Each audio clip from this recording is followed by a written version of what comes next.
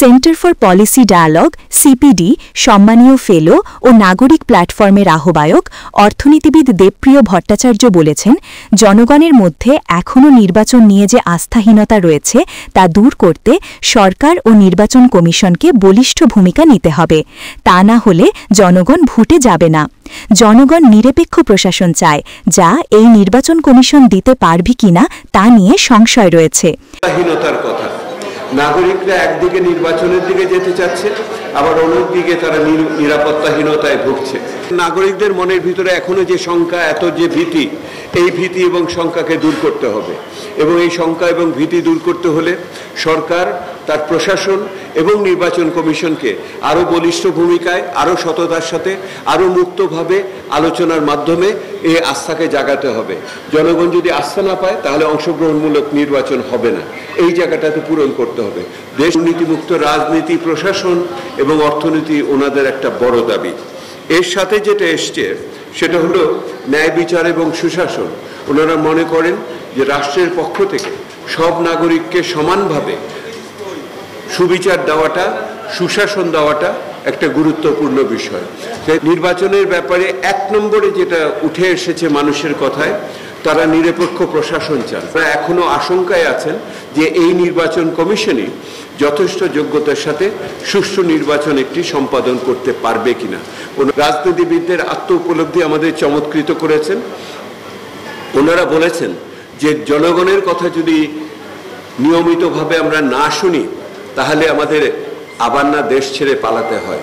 তারা চাইবেন নির্বাচনের পরে ওনাদের নিজেদের সুরক্ষার জন্যই, রাজনীতির সুরক্ষার জন্য একটি নিরপেক্ষ মেধাভিত্তিক প্রশাসন গড়ে তোলা, একটি কল্যাণকর রাষ্ট্র গড়ে তোলা, এইটার অঙ্গীকার ওনারা দিয়েছেন।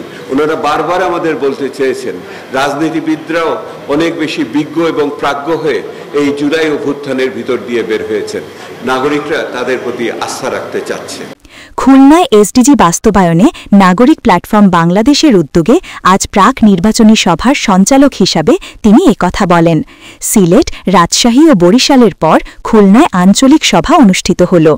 সভায় সভাপ্রধান ড মোস্তাফিজুর রহমান বলেন, রাজনীতি ও অর্থনীতি একসাথে না চললে দেশের উন্নয়ন সম্ভব হবে। জুলাইয়ের পর জনগণ প্রতিবাদ করতে শিখেছে। তাহলে সেটার জন্য একটা ভালো রাজনীতিও দরকার হবে।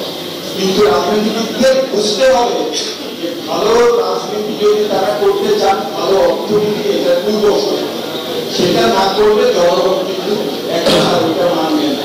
সুতরাং দুর্নীতি যাতে আমরা না আবার দেখতে হয়, আবার অপশাসন যাতে না দেখতে হয়, দুর্নীতিতন্ত্র যাতে না দেখতে হয়, ডক্টর দেবপ্রিয় যেটাকে বলেন চোরতন্ত্র, সেটা যাতে না দেখতে হয়, সেগুলো কিন্তু আমাদের একটা জাগ্রত একটা আমাদের সুশীল সমাজ বানানো কিন্তু দরকার।